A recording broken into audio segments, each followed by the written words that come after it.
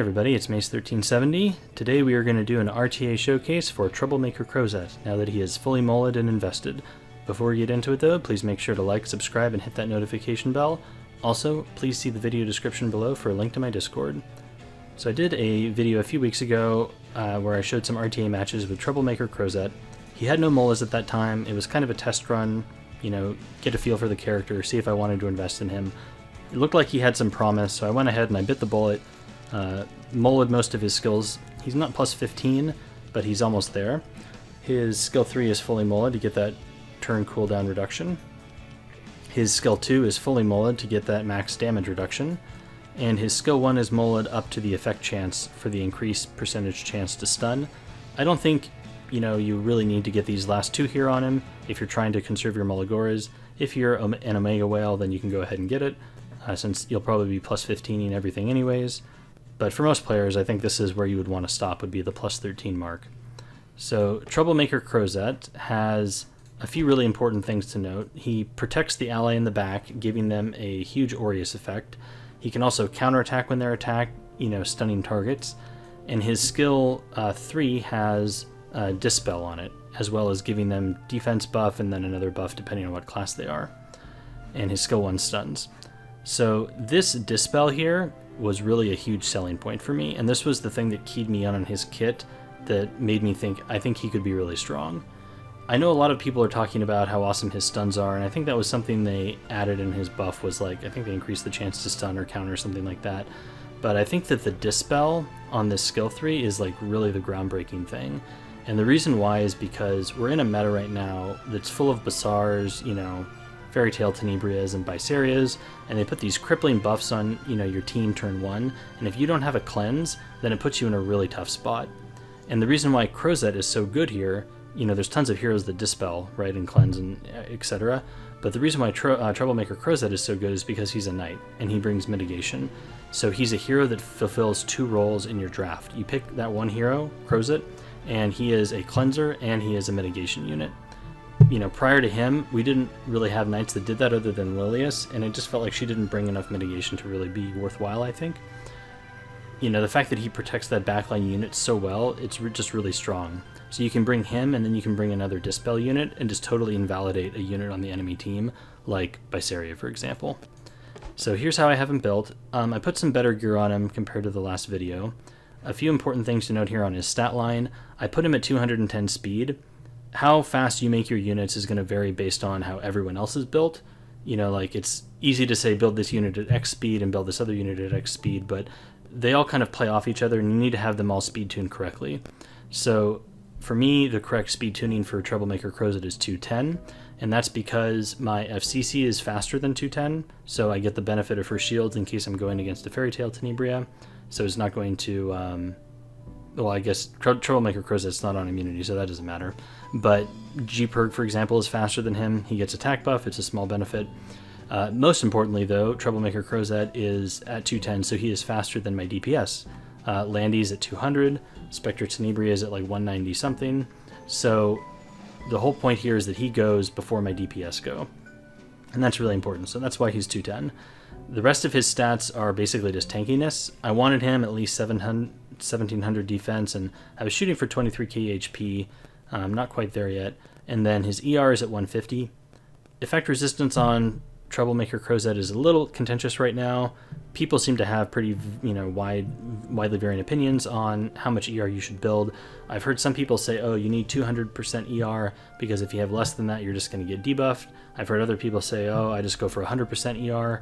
And anything more than that is a waste because I just kind of want to prevent provokes from, you know, things like FCCs that aren't running effectiveness, you know, stuns from Spectre Tenebrias that are not running effectiveness, things like that.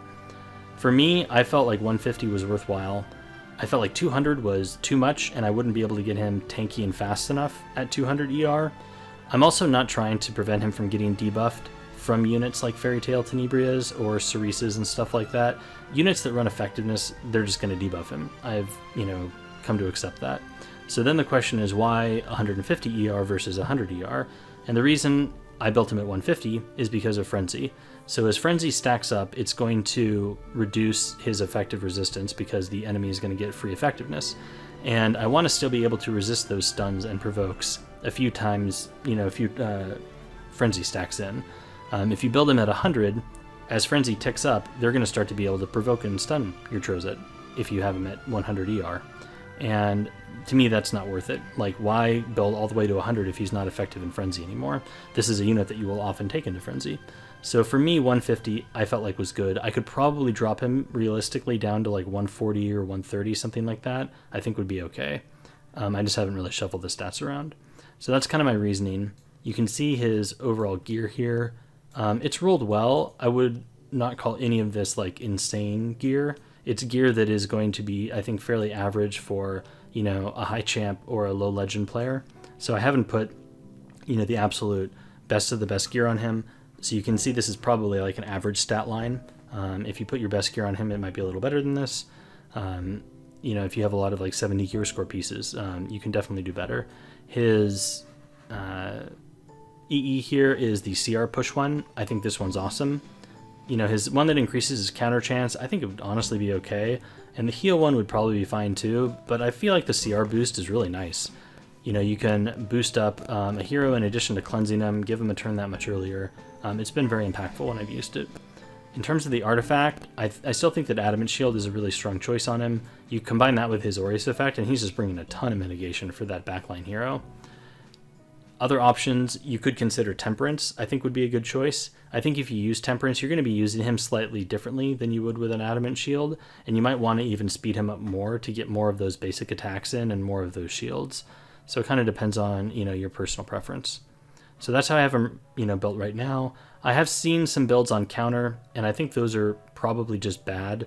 And the reason why is because you want him to be able to go first and cleanse before your DPS go. It's really strong. Counter builds, I feel like there's just no way you're going to get him that fast. Get him that tanky with ER and counter set. Now maybe if everyone's on counter and everyone's slower, that's more viable, and that could work. Unless you're like crafting your entire team around a counter strategy, which I have seen by the way, then I would just recommend using speed set. So let's go ahead and take a look at a couple games with Troublemaker Crozet.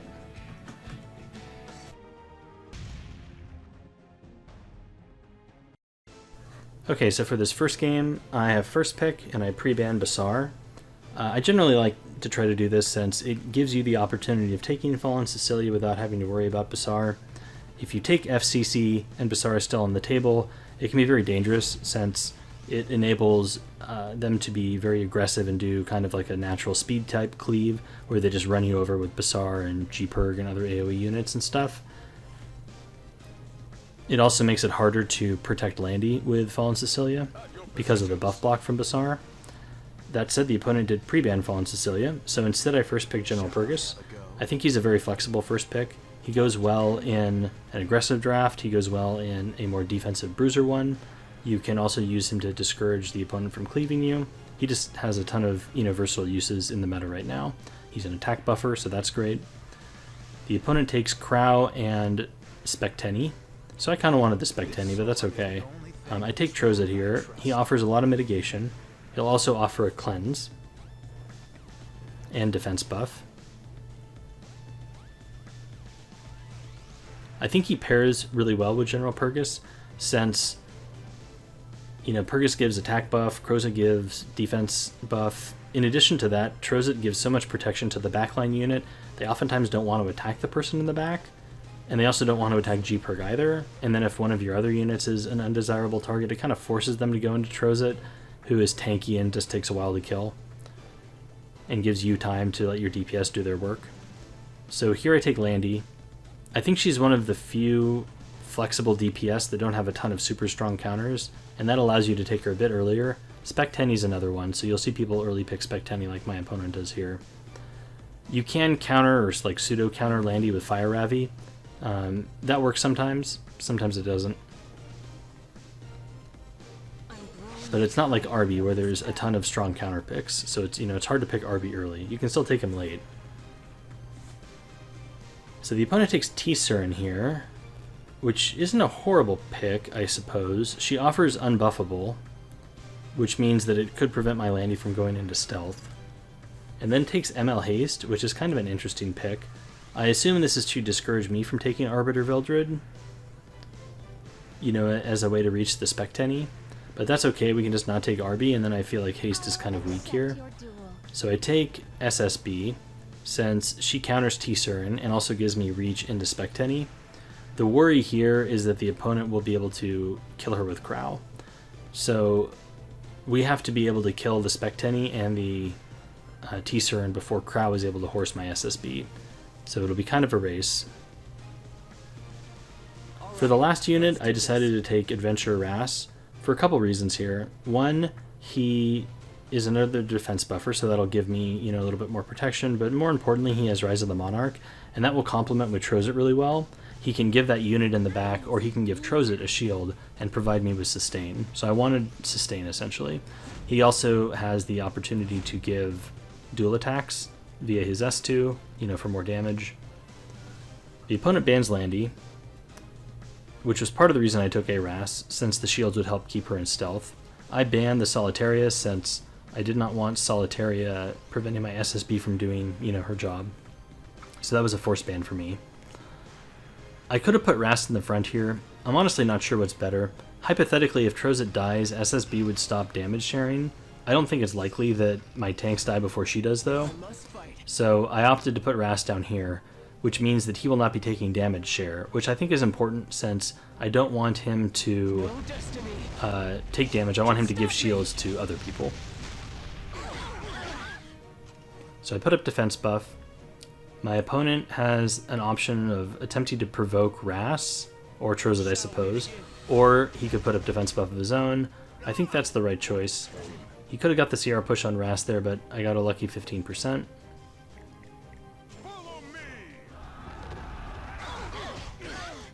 I use skill 3 on General Purgus here, which procs the T-Surin passive.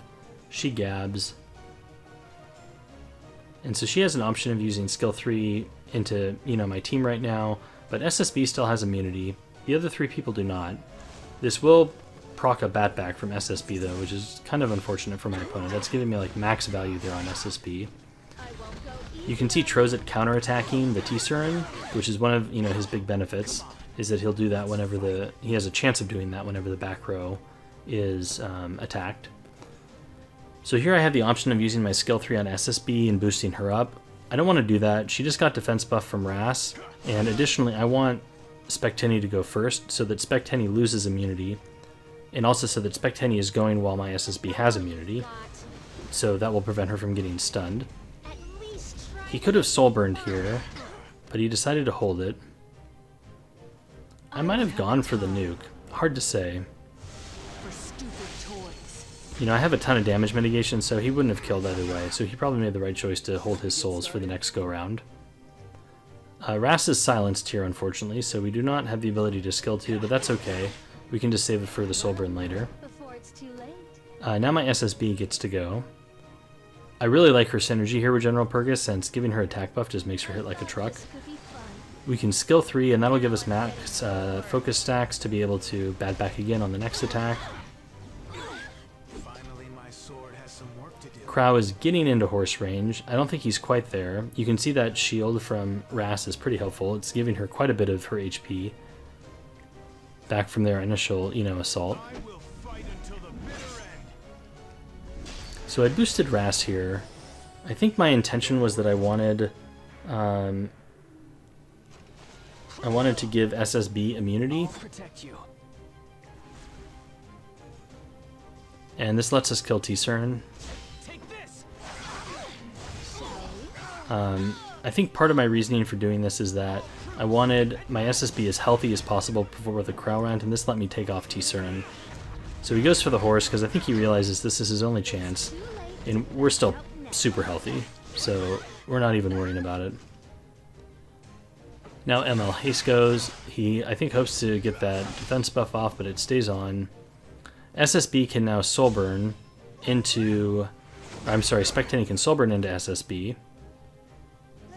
But look at this damage reduction, like just insane. SSB has taken an S3 from SSB, she's taken 2 S1s, she's taken a horse, she's taken a ML Haste S3, and she's still alive. Granted, she did get a shield from Ras, but that's still pretty impressive. So here we can just keep skill 2ing, and the fact that SSB lived here is pretty much the game for us.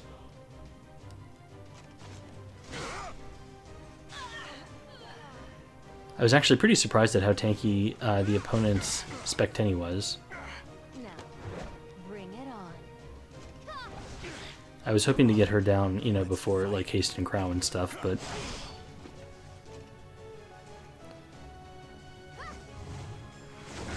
so she takes another skill 1 from Stenny there and is still alive. Now Crow is dead, and that's the game.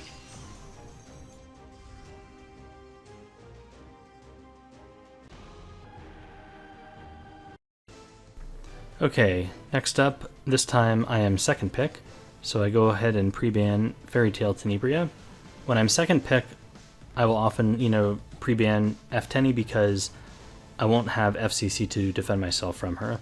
Also, I want to have Bassar available in the event that they first pick Fallen Cecilia. So that's my reasoning there. I don't always do these pre-bans. You know, if I'm playing against an opponent that I know either their general strategy or if they have a unit that is particularly irritating to me, I can just, you know, kind of target pre-ban them. But you can use these 2 pre-bans that I've done in these couple matches as like a general guide. I think it's, in this current meta, you know, a pretty good way to go. If you draft like I do and do kind of the, you know, like the Protect the One or the Bruiser type team. If you're a Dirty Cleaver, then, you know, you're on your own.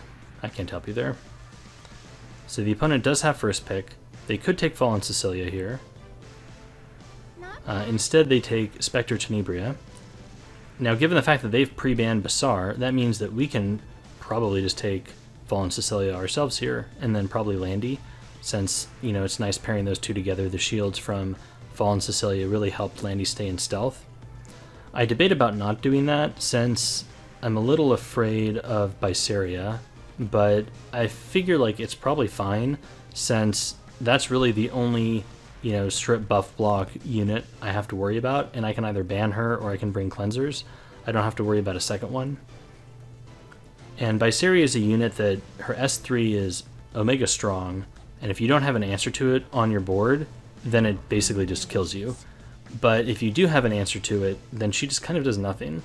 So I feel like if I keep Biceria in mind here, I can, you know, I have still plenty of time to respond to her. I have 3 more picks. I was also debating about just taking General Purgus to prevent my opponent from getting him, but you can't have everything. I didn't want my opponent to have FCC either, since I was kind of forced into taking Landy here since the opponent took Spectenny. Landy into Spectenny I think is pretty good since you have, you know, that AoE reach into her. So the opponent takes the GP and also takes the Biceria that I was afraid of. So that's okay. We need to take, I think, a cleanser here. At least 1 cleanser. And that's, you know, the conundrum. If you take just 1 cleanser, you're oftentimes forced into banning the Biceria. And then it's kind of a coin flip. You really hope that they will ban your cleanser, so it evens out. But if they don't, then you kind of bring a cleanser for no reason. Unless, you know, they have other things that need cleansing. And this is where I think Crozet really shines. He's going to be an additional layer of mitigation. So if they ban FCC, for example, I still have Adam and Aureus. If they ban him, I still have Aureus for FCC and shields. So my mitigation is covered no matter what they do. In addition to that, he has a cleanse. So even if they ban DJ Bassar, I don't need to ban Biceria. Which, you know, gives me the opportunity of banning one of these, you know, 2 final picks from the opponent. And then it gives, you know, me 1 more pick to, you know, take a must-ban unit of some sort.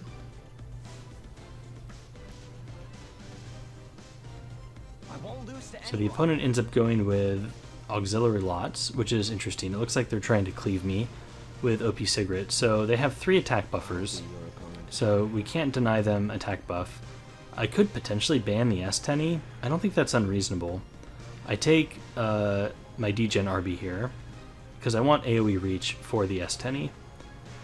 And I think about banning OP Sigrid, but I figure she's squishy. If I get my RB, then it'll be fine. And I don't have to worry about it.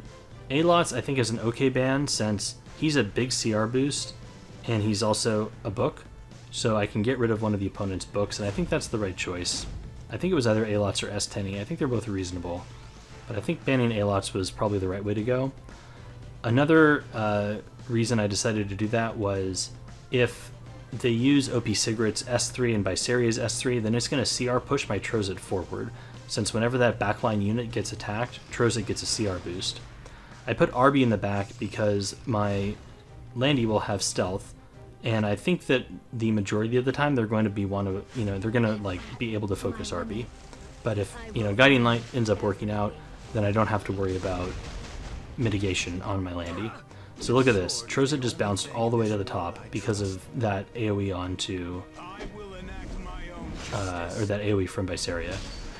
So now we're able to cleanse, push up my Landy, and now we can skill 3.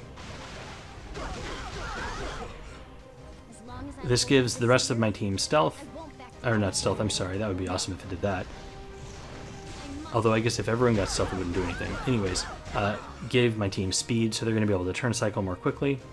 Landy procs Guiding Light and goes into stealth with a shield and skill null, so she's totally safe. RB is buff blocked, unfortunately, but that's okay. He has the mitigation from Crozet, so he should be fine. Unfortunately, Landy got stunned, but it's not the end of the world.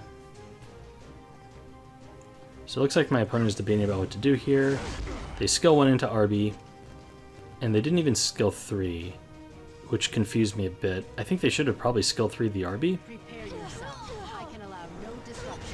But I guess they're saving it for maybe the res. Actually, that's what they're doing. They're trying to whittle RB down so they can soul burn S10E, killing RB, and then stunning him when he reses. So Crozet counters, no stun, but that mitigation onto RB is just insane. So he just ate an S3 from a, gabbed Op Sigrit and was just totally fine. So we're able to skill 3 with RB here, and that finishes off Spec 10E and Op Sigrit. Really the only threats my opponent has left. So they finally managed to kill RB, he comes back, and we just burn and wipe out Byseria.